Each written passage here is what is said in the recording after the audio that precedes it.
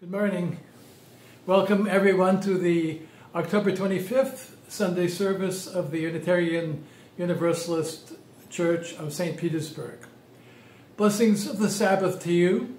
Yesterday was United Nations Day, an organization of importance to many of us because of its work making the world more safe, more just, more caring.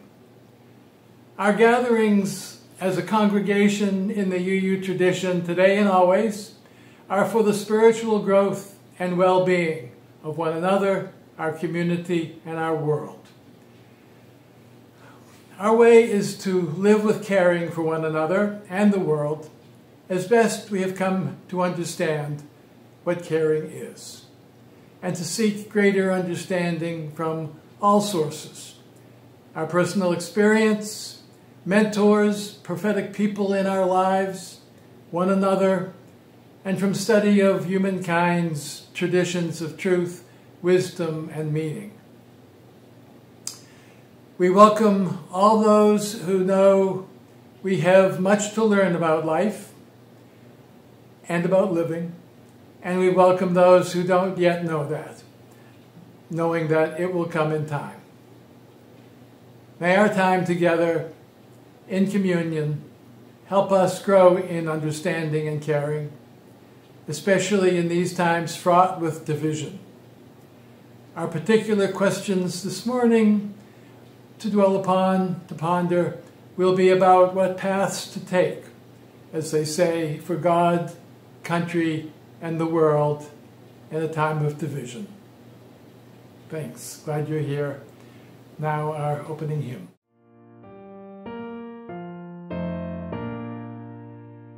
Oh, beautiful for spacious skies, for amber waves of gray, for purple mountains' majesties above thy fruited lay. America, America, God's grace is flowing free. For thou to bless with happiness from sea to shining sea. O beautiful for questing feet, with dauntless courage stride toward promises that greater peace within our land supply. America, America, grace meant thine every flaw, so thou art free to always be fulfilled in love and law. Oh, beautiful for patriotry that sees beyond the years, thine alabaster cities gleam, undimmed by human tears. America, America, God's grace is flowing free. For thou to bless with happiness from sea to shining sea.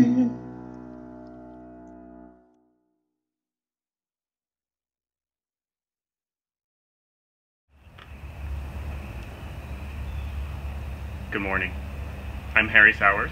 And I'm Amy Sowers. And we are grateful members of this church. It's good to be with you this morning. Our invocation for the spirit of our times is from UU Minister Erica Hewitt. The chalice, as a symbol of Unitarian Universalism, arose as a beacon of hope in an atmosphere of tyranny. The chalice arose as a sign of promise that the marginalized would neither be forgotten nor ignored, because they are beloved and precious from the perspective of the holy. This morning, we remember all of the people who have been told explicitly or implicitly through police violence or government policy, through derision or dehumanization, that they are anything less than whole, anything less than beloved.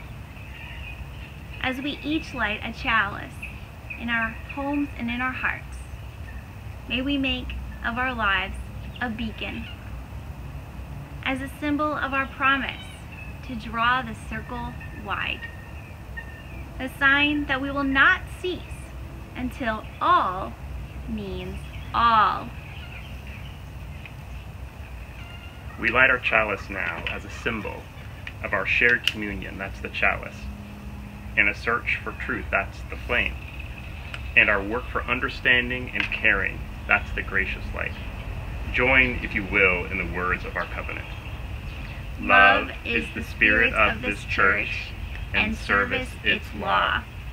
This is our covenant with all life, to dwell together in peace, to seek the truth in love, and to help one another. Hello again.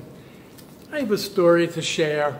I'm wondering if you, at family dinners, especially on Sundays, if you have Sunday afternoon dinners, have had any conversation like I had when I was 8 years old and my brother Billy was 5 years old.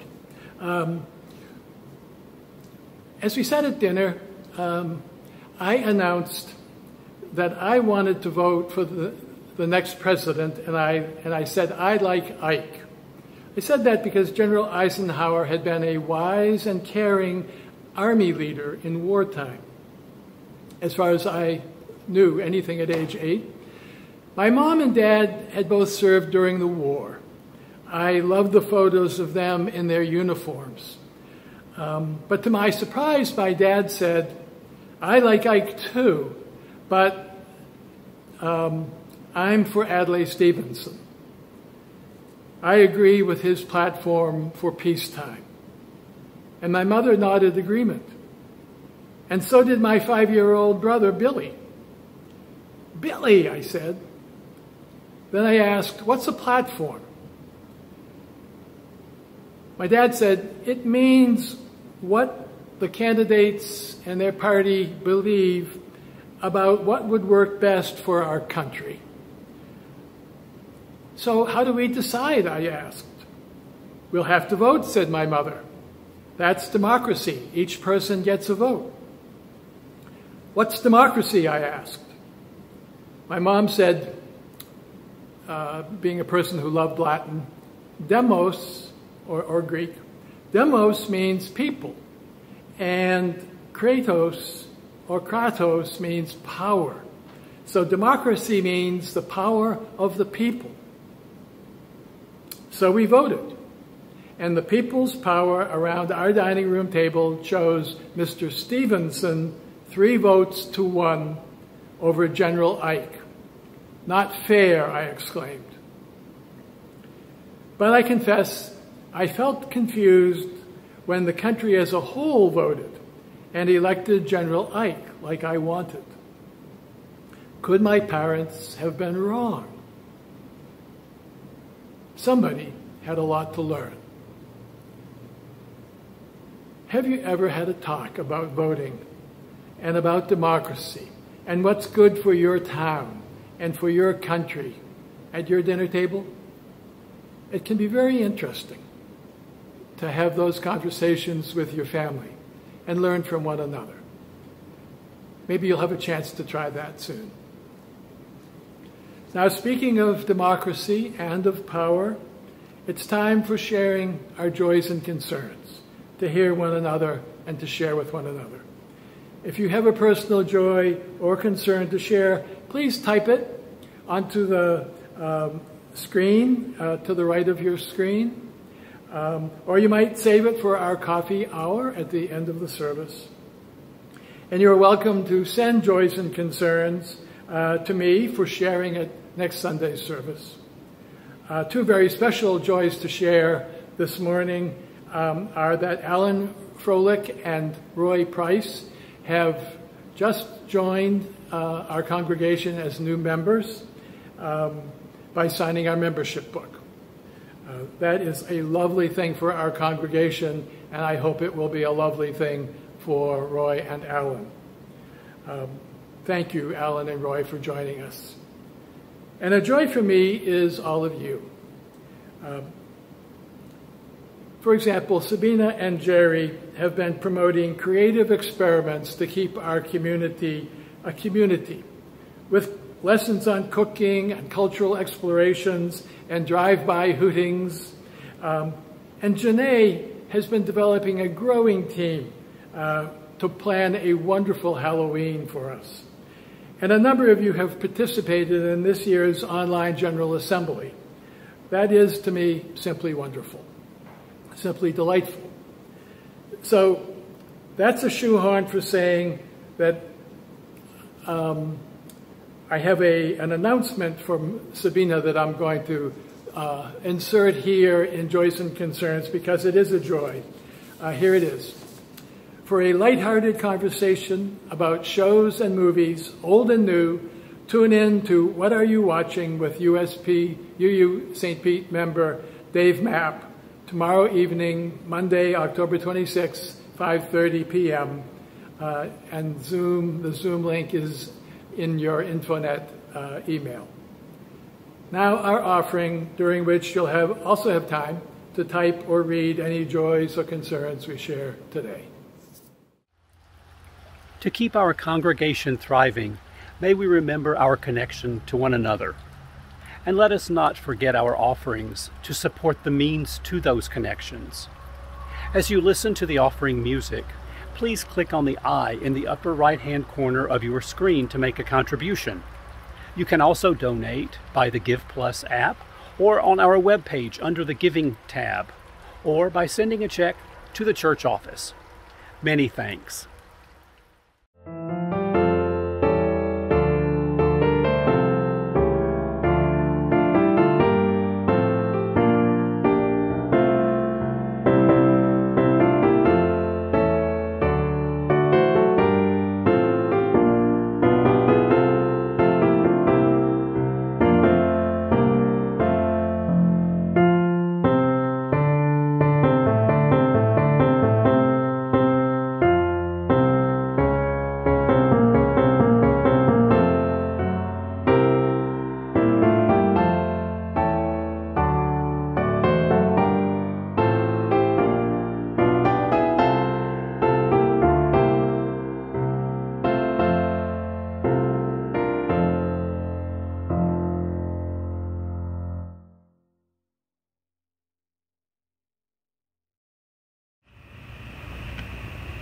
Our first reading is from Daring Democracy by Francis Moore LePay and Adam Eichen.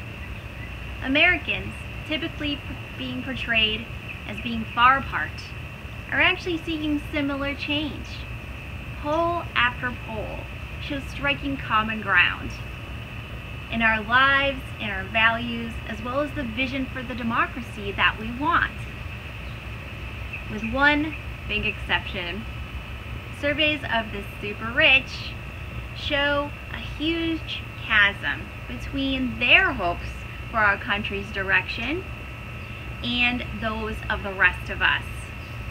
Creating democracies truly accountable to their citizens is essential to survival, to the flourishing of societies, supporting human life, and, because of climate change, to the survival of the earth that we've inherited. In the Women's March in Boston, 150,000 people moved from Boston Common into the streets chanting, "Look up and ask, what is democracy? This is what democracy looks like." I saw a small boy holding hands with his parents ask, "But what is that?" His parents looked at him and then at each other. His mother replied, "It's when the people have the power to decide their future."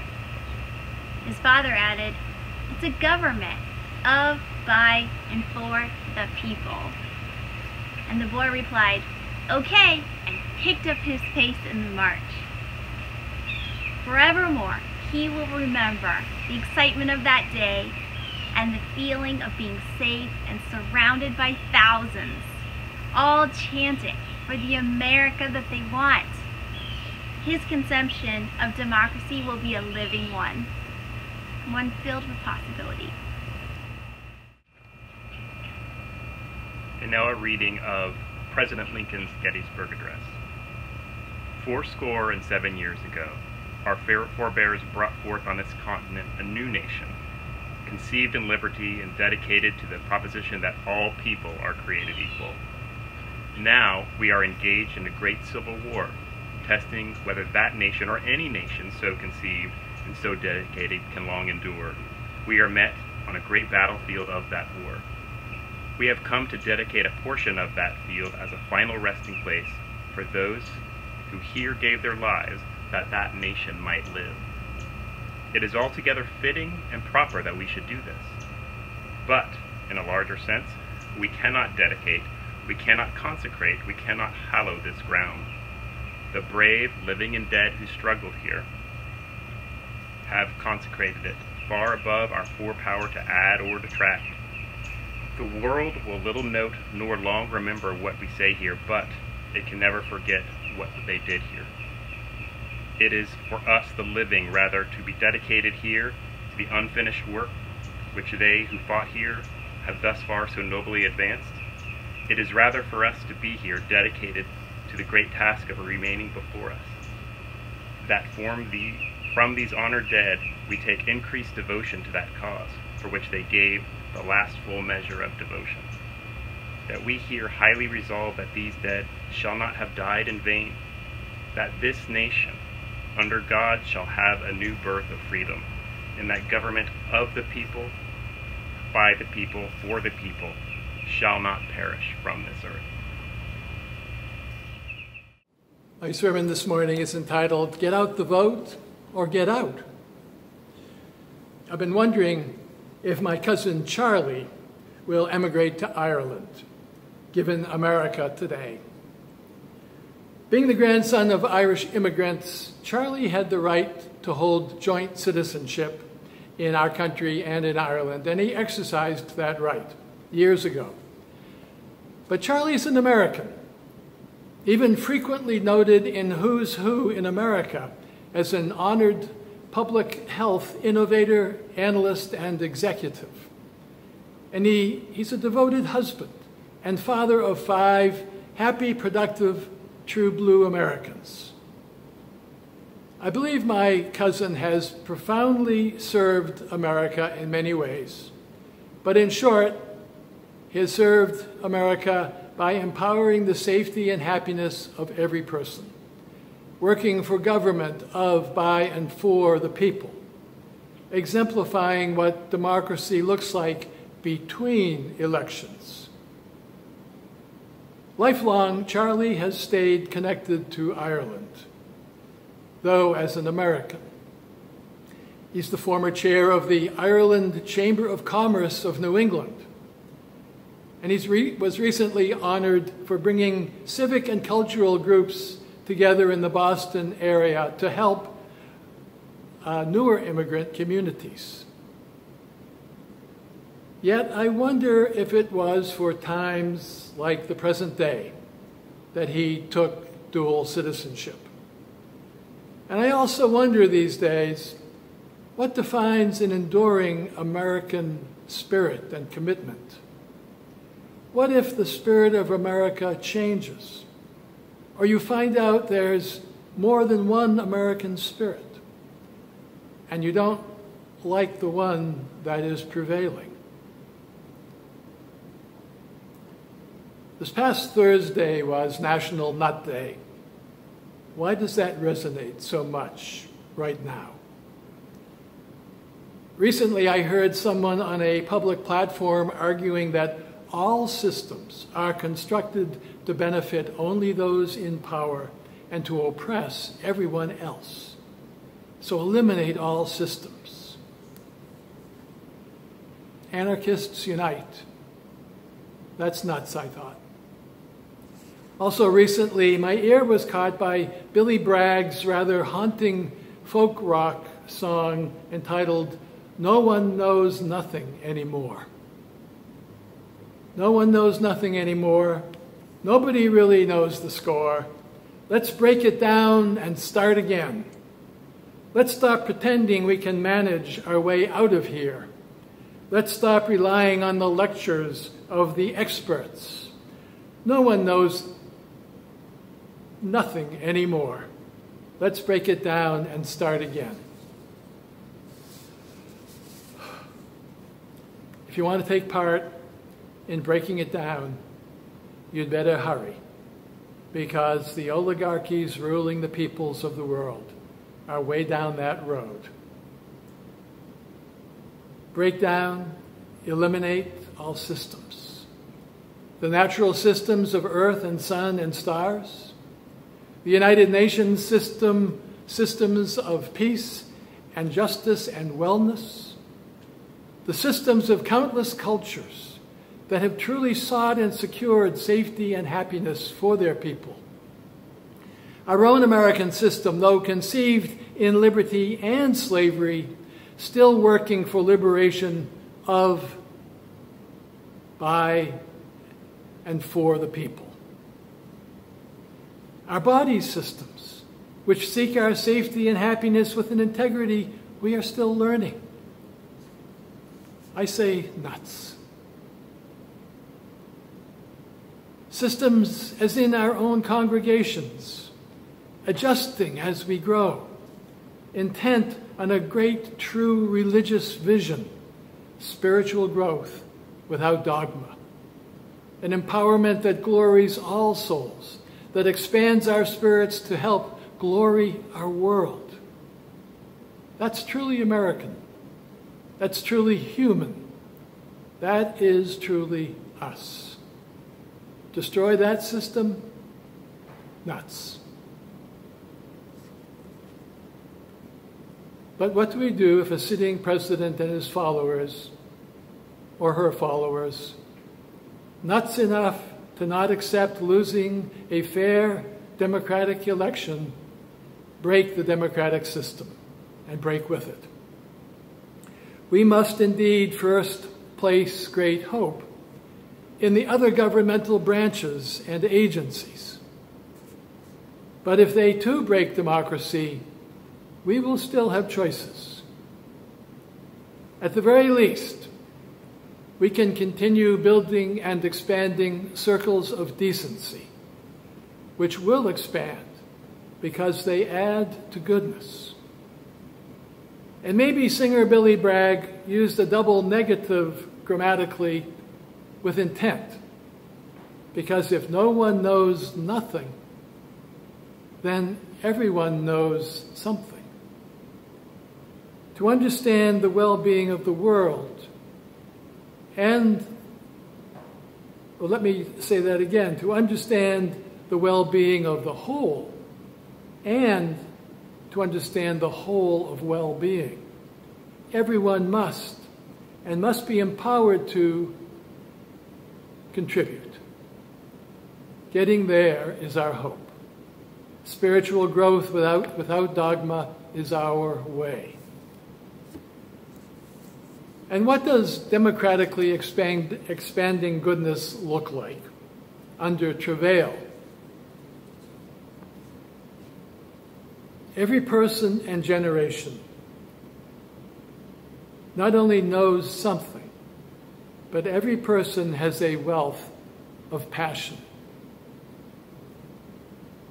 Where and how people spend their passion depends on what influences their spirit, on what they are taught to do and to believe, and on what they can discover for themselves.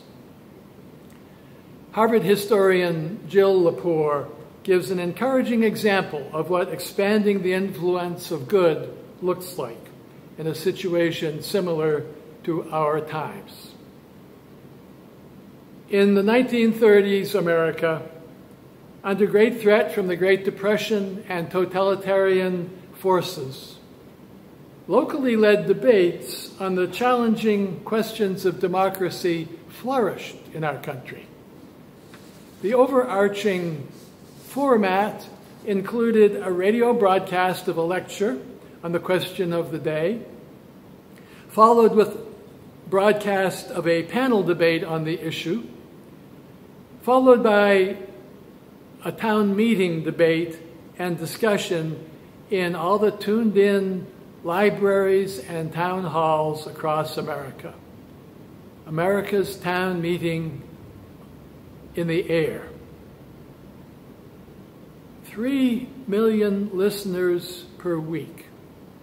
Over 1,000 discussion clubs participating. According to historian Lepore, in 1938, Dr. Lorene Pruitt, an influential psychologist of the day, was listening to such a broadcast with some friends in rural New Hampshire. A high school sophomore there in the group named Alice asked, what is it everyone on the radio is talking about? What is this democracy? What does it mean? Soon, NBC heard from Dr. Pruitt and arranged a coast-to-coast broadcast to answer Alice's question, featuring a panel of 8 prominent thinkers of the day, 3 professors, including Mary McLeod Bethune, 2 ministers, a former ambassador, a poet, and a journalist. The 8 speakers said, "Yes, Alice, there is a democracy." But then they agreed to disagree on what it looks like.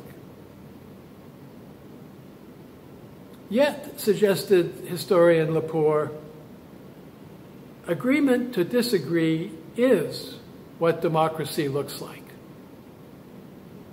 And roughly quoting Lepore, it additionally looks like the worker who brought electricity to Alice's rural New Hampshire community, like the legislators who signed the 1934 Federal Communications Act mandating public interest broadcasting, like the NBC executives who aired the program, the 8 speakers who gave their time for free and agreed to disagree, and I quote, "without acting like asses," end quote.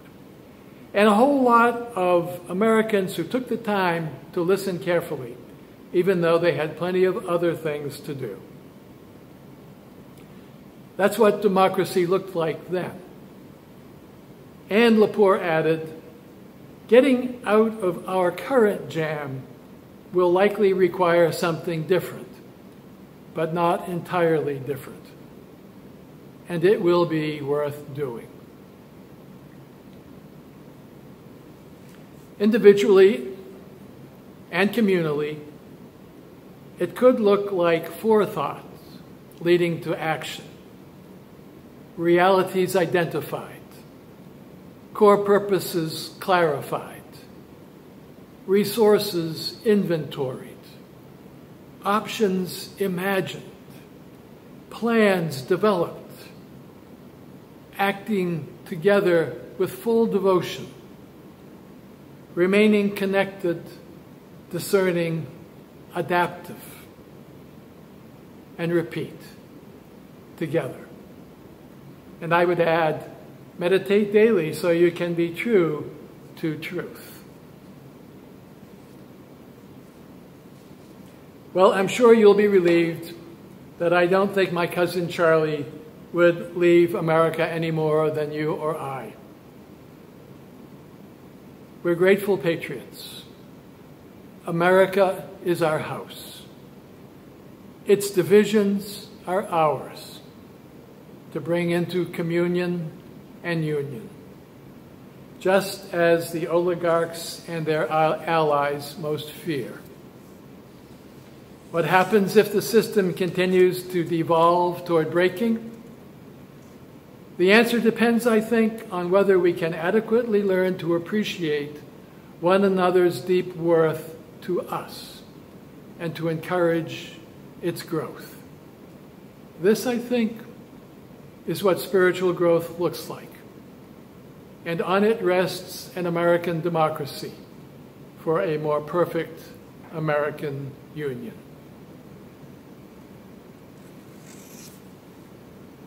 Some words of benediction before we move on to closing with our extinguishing our chalice. May ours be the blessings of devotion to democracy, to secure the rights of life, liberty, and the pursuit of happiness for every person, pledging to one another our lives, our fortunes, our sacred honor. May ours be the blessing of devotion to democracy, to form a more perfect union of justice, peace, safety, well-being, and liberty for all. May ours be the blessing of devotion to democracy, dedicated to the proposition that all people are created equal, that America shall always give new birth to freedom, and that government of the people, by the people, and for the people shall not perish from the earth. Amen. Thank you for coming together. Blessings, and see you at coffee hour. Hello again. Before we close and adjourn for our coffee hour, I have a few quick announcements. First, if you're new with us and want to learn more, or if you're a church member who'd like to talk through something during this time of isolation, Pastor Jack is available by phone and email, and can also meet with you on the open-air portico of the church. That would be good. And don't forget that telephones are good for us to chat with one another. Also, please check out our electronic newsletter in your email, or it's on our website. Also, remember, we're still physical distancing, and the board keeps reassessing, and in the meantime, we're doing everything we can to stay connected and to support one another. Please check out our variety of virtual events to stay connected. If you scroll down in our electronic newsletter, InfoNet, under Building Community in a Pandemic, you'll find a number of church activities in which you can join. Don't forget, our covenant groups continue to meet monthly. These are mainly on Zoom. We currently have 11 covenant groups in the congregation with over 100 people participating. A covenant group is a group of 10 or so people who gather regularly to share and converse about how life is going for the individuals in the group, and often for our wider circles of life. Contact Pastor Jack for help joining a group. And now, as our service ends, with a breath, we pass the flame of our chalice lamp to each other as we say our closing words together. We extinguish this flame, but not the light of truth, the warmth of love, or the fire of courage. These we carry in our hearts and out into the world.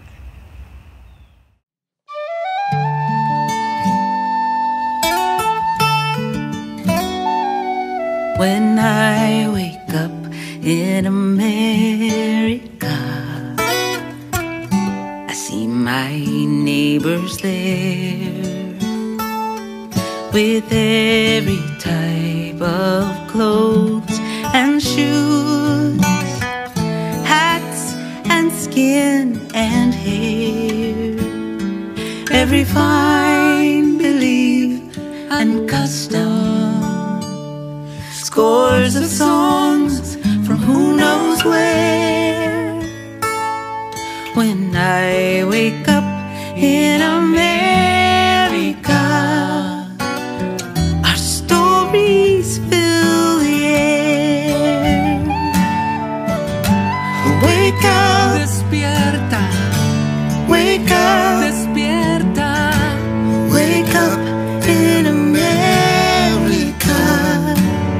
The light in the harbor shines for us all. When I wake up, I see the kids playing happily swaying. It's good to be staying in a place like this, with a face like this.